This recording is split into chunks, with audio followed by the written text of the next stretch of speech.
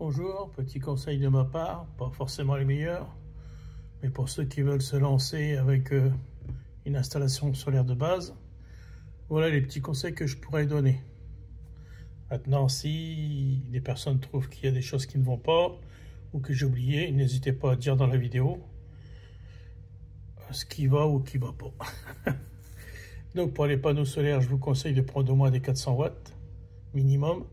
C'est par rapport à leur rendement et leur prix. C'est les mieux placés à ce niveau-là. Ensuite, si vous voulez câbler vos panneaux, si vous voulez les câbler en série, il faut n'avoir aucun ombrage. Et privilégier avec votre onduleur la tension maximum, c'est-à-dire si votre onduleur a une plage de 120 volts à 450 volts, privilégiez que l'addition de tous vos panneaux se rapproche des 450 plutôt que des 120 pour justement un meilleur rendement. En général, ils préconisent dans les 240 volts à peu près la tension idéale dans une plage de 120 à 450. Mais plus vous vous rapprochez du maximum, mieux c'est. Pas trop non plus, mais voilà quoi. Plutôt vous rapprochez du maximum que du minimum, car au minimum, les panneaux vont pas décoller. Enfin, le MPPT de l'onduleur va pas décoller et votre string, c'est-à-dire plusieurs panneaux en série, aura un rendement vraiment ridicule. Pour ce qui est du parallèle, et là on parle plus d'onduleur mais plutôt de régulateur solaire, régulateur de charge, voire micro-onduleur, là c'est quand vous avez des ombrages. Faut pas mettre du série, car en série, un panneau qui ne donne pas impacte sur tous les autres panneaux. Ça c'est très important à savoir. Si vous faites des panneaux en série, surtout pas d'ombrage. Sinon, il faut des micro-onduleurs ou des régulateurs de charge, selon que vous êtes en off-grid hors réseau ou en réseau. Voilà. Pour ce qui est des batteries, je vous conseille des LiFePro 4, comme dans le tableau. C'est ce qu'il y a de mieux à l'heure actuelle, à mon avis.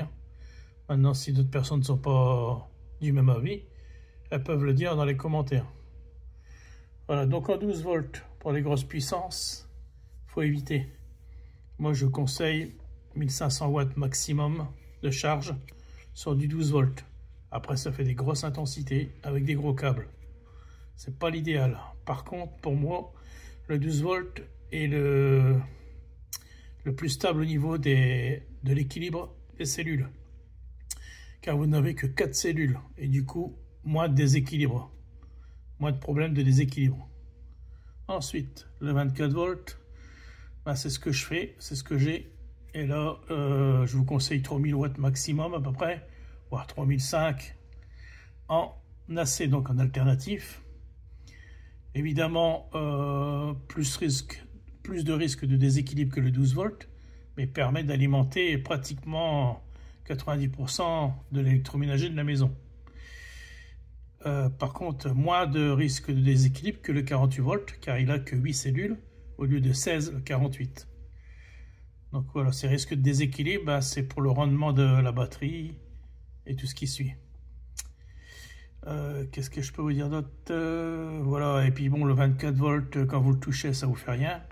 Le 48, ça commence à chatouiller un petit peu. Voilà, pour le 48 volts, je vous le conseille. Si vous avez des puissances au-delà de 3000 watts, dans ce cas-là, passez en 48 volts. L'avantage, le LiFePro 4 a une excellente tenue en charge.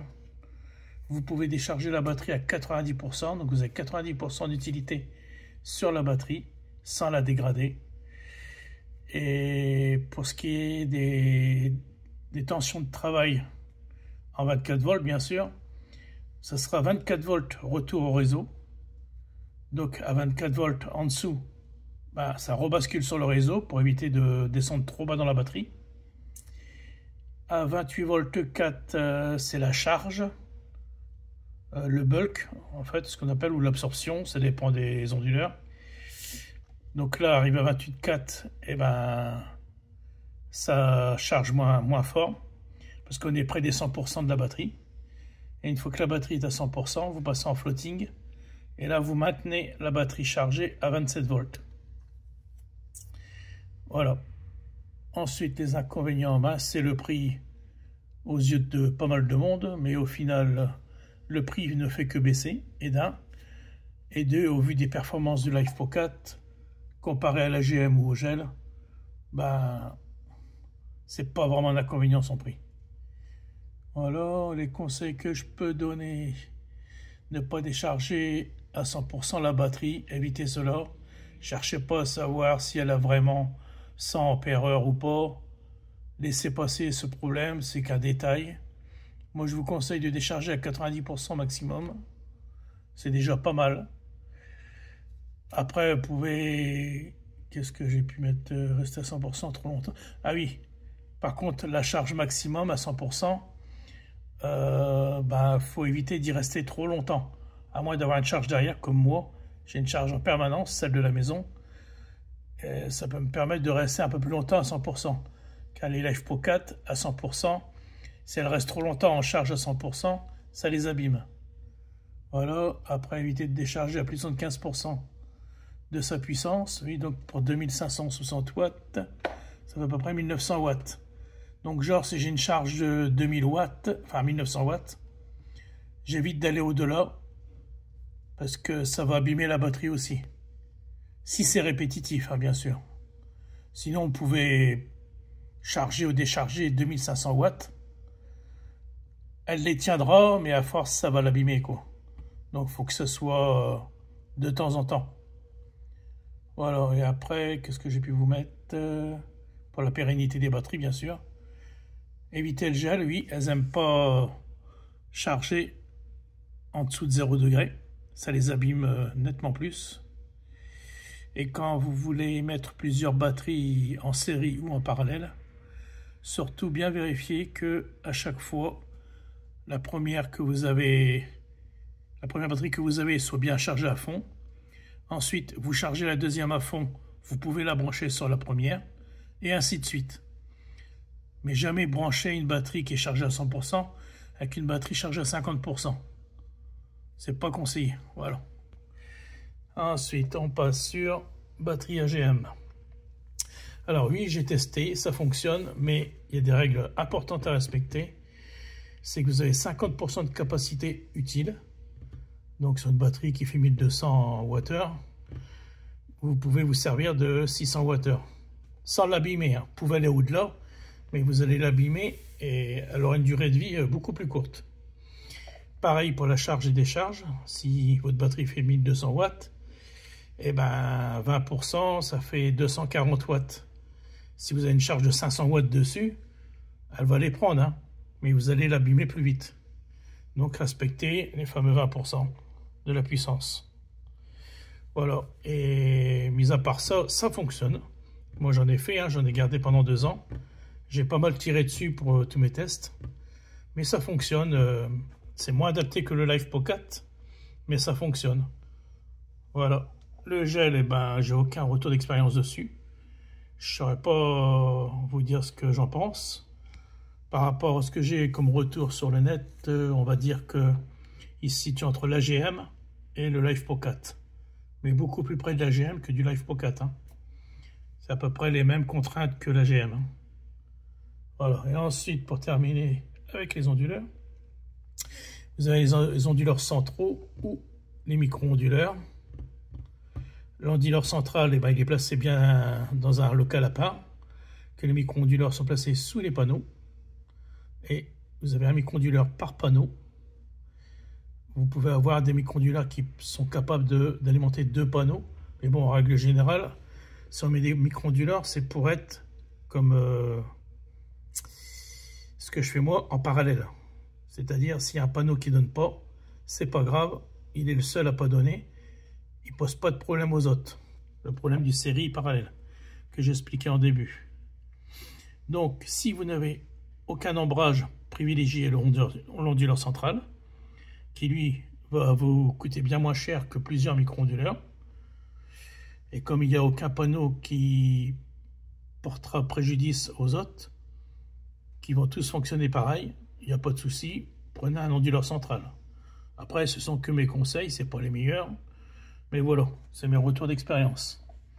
Les micro-onduleurs, donc ils se branchent au cul du panneau, ils vous délivrent du 230 volts, comme l'onduleur central. Et eux, si un panneau lâche, eh ben, tous les autres continuent à fonctionner normalement, parce qu'ils sont en parallèle et pas en série. Ensuite, l'hybride, ben, c'est ce que j'ai, c'est mon cas. Il ne se mélange pas au réseau. Il a 3 modes, donc l'USB, le mode SBU et le mode sub. Donc pour ce qui est des 3 modes, j'ai expliqué ici. L'USB, ben, il alimente le réseau en priorité, utilitaire en premier. Ensuite, s'il n'y a plus de réseau, il va chercher le solaire. Et s'il n'y a pas de solaire, il va aller chercher les batteries. Et pour les 2 autres modes, eh ben, c'est la même chose, mais dans un ordre différent. Donc sub, ça sera solaire en premier. S'il n'y a pas de solaire, il va chercher l'utilitaire. Et si l'utilitaire coupe, il va aller chercher la batterie. Voilà, ça je vous parle pour des onduleurs hybrides, bas de gamme, premier prix. Pas des onduleurs améliorés. Parce qu'il existe des onduleurs améliorés qui eux sont capables de faire plus de choses. Comme envoyer le courant sur le réseau et puis charger une batterie. Mais là, bon, c'est plus de mon domaine. Donc je ne vais pas vous expliquer quelque chose que je ne connais pas. Et vous répétez ce que j'ai vu sur le net, ça ne sert à rien. Et ensuite, on termine par les régulateurs de charge. Donc c'est ce que j'ai pour alimenter mes panneaux. Enfin, mes panneaux vont alimenter mes régulateurs de charge, qui eux-mêmes vont alimenter mes batteries. Vous avez 2 types, le PWM qui n'existe pratiquement plus, et le MPPT, celui le plus courant aujourd'hui. Ils chargent la batterie et peuvent alimenter une charge DC de tension équivalente avec l'intensité maximum du MPPT. Donc, genre, si votre MPPT est à 75 volts par 15 ampères, vous avez, pas tous, mais sur pas mal maintenant, une sortie sur laquelle vous pouvez directement brancher. Si c'est en 12 volts, eh ben, une charge jusqu'à 15 ampères, parce que c'est un 15 ampères. Voilà. Voilà, je voulais faire un petit récapitulatif rapide des conseils que je peux donner, mes conseils, pas les meilleurs, mais mon retour d'expérience. Voilà, je vous souhaite à tous une bonne journée.